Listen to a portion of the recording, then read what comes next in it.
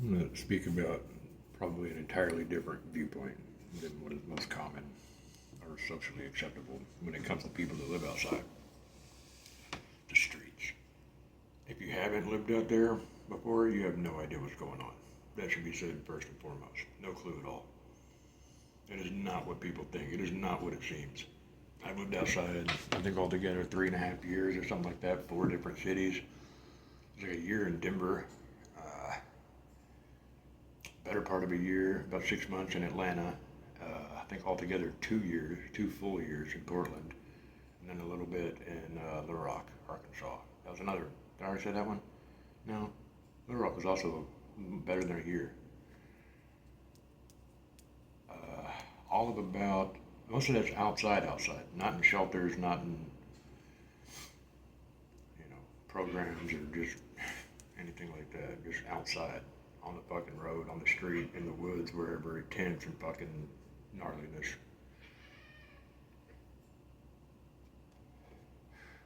I'll give 2 examples of how I respond to what I see on a daily basis now that I'm not living outside. Got my own place, nice place, I'm working, I'm sober, blah, blah, blah.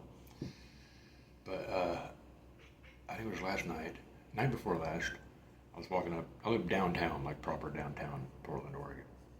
And part of town that's surrounded by people that are, I call them chronics, like a chronic condition. It's drug addiction, whatever, severe alcoholism and just mental instability on a regular basis to the point where they're like zombies. I call them chronics to be friendlier, or at least more scientific. They're chronic in that they ain't coming back. There's a difference. And if you've ever been through a program, you've ever gone through sobriety and also suffer from addiction or alcoholism, as I do, which is severe, you know the difference between somebody who ain't coming back and somebody who's still kind of fighting. So, the chronic, gone. No recognition of themselves and of others whatsoever. They have no hope at all. They'll be that way until they wake up frozen or until they're fucking knived or over OD or whatever the fuck else. Or just, their brain's gone.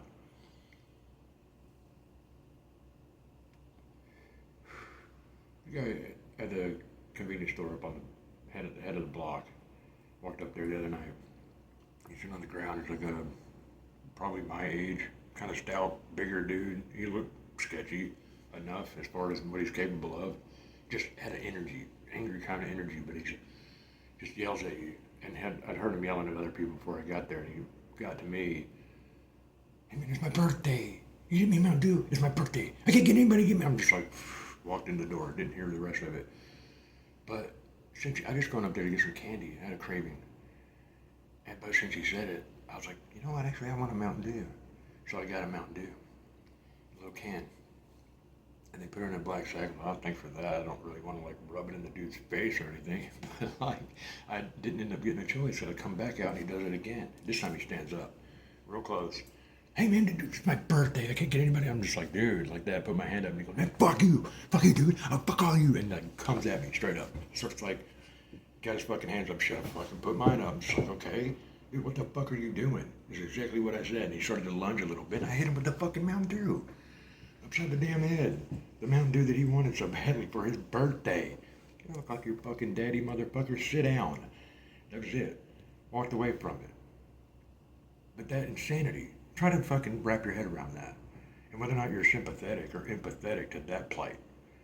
This person will harm you if they feel that they're so desperate and you owe them so much that the world has just become this like entity of what they don't have and what they can't get for themselves, and that somebody's got to be responsible for that, and you're gonna buy into it.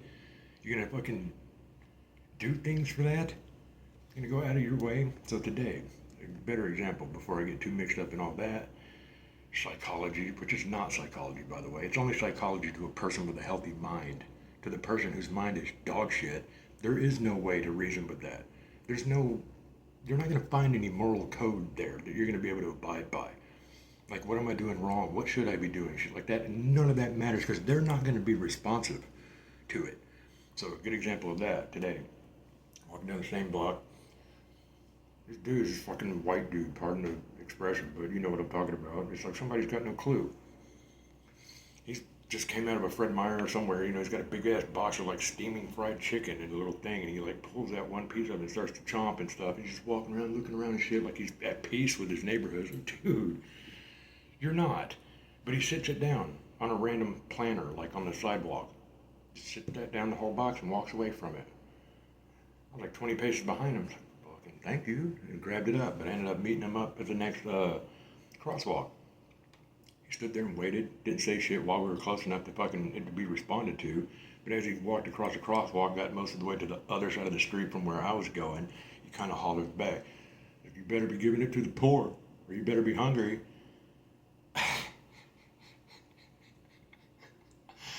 I just laughed.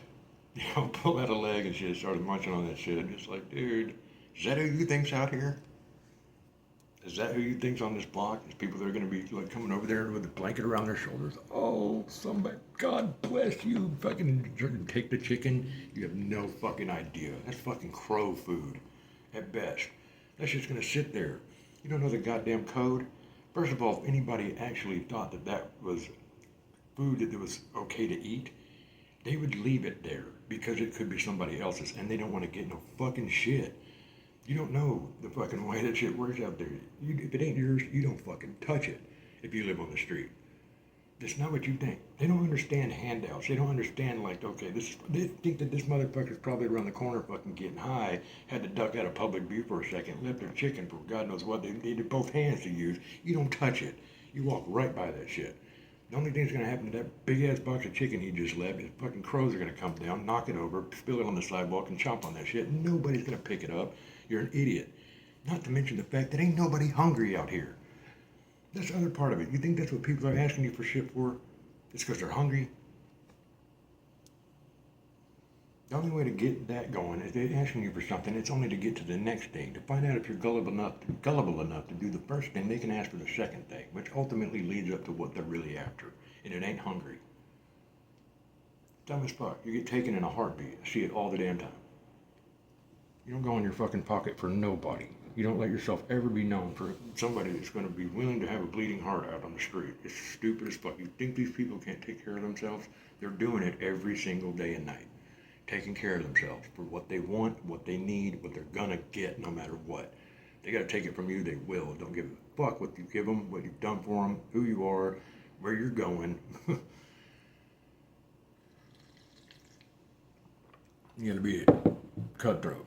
There ain't no sense in being any other way. And it's a joke if you think that people out there can't live that way, by that code. I did. Never wanted for anything, never asked nobody for anything, and we fucking checked people all the time. I had a group, I had a clique, I had a gang. I was part of some people, especially in Denver. But it was different. It was a hard city. You wouldn't believe it. In fucking Aspen, and all the atmosphere is so good for athletes and shit like that. Yeah, it's a different story on the street down there.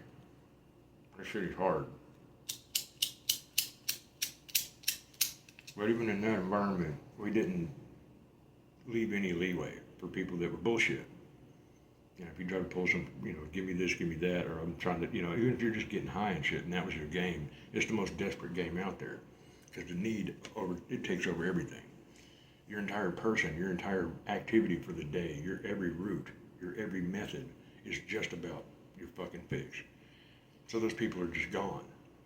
There's no happiness, there's no life, there's no appreciation for each day that they're living. It's just that. And we had no fucking time for that. We pushed them people out. You need to get the fuck back there in the ditch, man. Get back in your tent, go crawl under something. You can't be out here.